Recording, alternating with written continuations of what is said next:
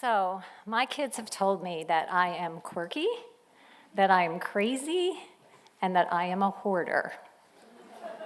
And this is all because of a hobby I have. So, I'm a patchwork quilter.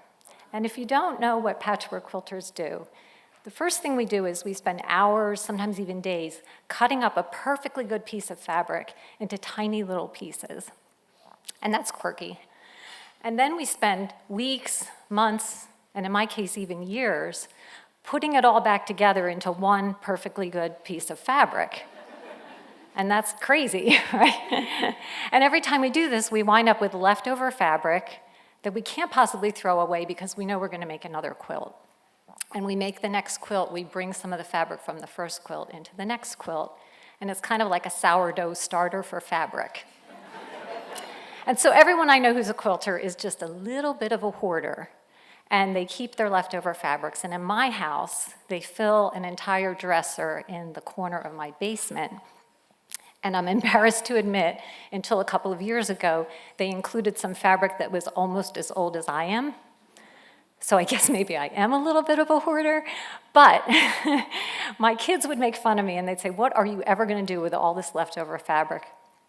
And all I could ever say is, I don't know what I'm going to do with it, but it will be something meaningful. It will be something important.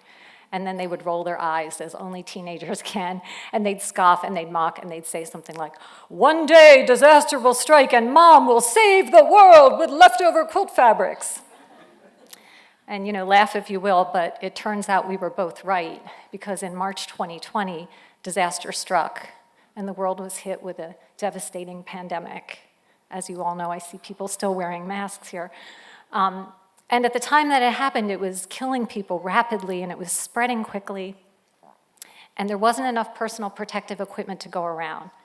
And we were really worried about our loved ones in healthcare, like my friend Amanda, who's here tonight, who's an anesthesiologist.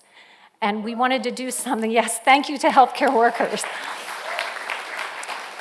And so I called my mother and my sister, who are also quilters, and we knew exactly what we would do with this leftover fabric. We would make cloth medical masks.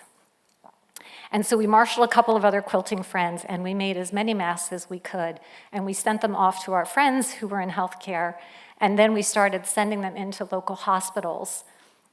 And then the word got out. We had made several hundred masks at the point, and the word got out, and we heard from a hospital in Philadelphia saying, "We have 100 children who are patients here.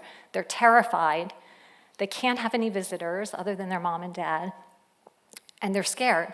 And could you possibly make some masks that would be fun for them?" So these little quilting hoarder friends of mine, we dug in. We found Superman, Wonder Woman, Batman fabric. We made 100 masks. We put them in a box, and we sent these superhero masks off so these little kids could be masked marvels. And then we heard from a nun in Camden, and she said, "Karen, we've never met before, but I heard you're making masks. We've got people who can't access the food bank without them." And so these crazy quilter hoarders, we dug in again, and we made 3 packages of masks that we sent to Sister Rosemary so those folks could feed their families. And then COVID started getting closer, and people started to die that I knew personally. My friend Teresa's father died. Another friend of mine lost her mother and her father within 2 days.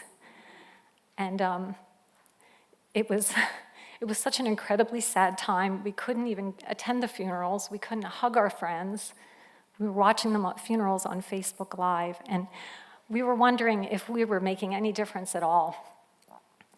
And then I got a message from a nurse at Deborah Hospital who had been one of the people that took our masks in to work with her, and she said, "Hey, we're working really hard in this hospital, harder than we've ever worked in our lives. But we recognize that there are people like you who are also doing work to end the pandemic." And she said, "I want you to know, I gave one of your masks to the custodian at the hospital. She's been knocking herself dead, trying to stop the spread of the virus by keeping the hospital clean." And she said she was a recent immigrant, and she cried when she got this mask, because she hardly knew anyone in the United States, and she couldn't believe a complete stranger had made this for her. And she said in a thick accent, "This is what I love about America." Well, that gave us the enthusiasm to keep going and keep sewing. And we thought about our country and the people in DC who were risking their health, our elected officials, trying to keep the country alive. And so that kind of rang a bell for me. It kind of rang a liberty bell for me because the fabric I had that was 50 years old in my basement was from a bicentennial quilt that someone made in 1976. And so I got that fabric, I washed it, we made as many red, white, and blue masks as we could, and we sent them down to DC with my congressman. And we figured it was only fitting because surely there were people sitting in Washington a heck of a lot longer than that fabric had been sitting in my dresser. Yeah. And quilters, we don't put term limits on our leftover fabric. So after that, anyway, we started to get a little bit tired. My sewing machine was jamming. We were running out of fabric, running out of thread, and you couldn't find elastic anywhere. It's as if it had gone extinct. And so I had resorted to tying my masks on with leftover shoelaces, and we were cutting into bungee cords to harvest elastic from them. So remember that scene in Apollo 13 where they're averting disaster with a tube sock and some duct tape? This was us with the mask, with the shoelaces and the bungee cords. And we thought, you know what, by now the hospitals have enough PPE, we could maybe take a break.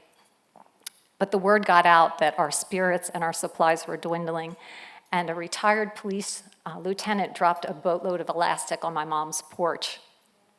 And then the very next day, a complete stranger in my town brought a sewing machine, fabric, and thread left over from his mother's estate.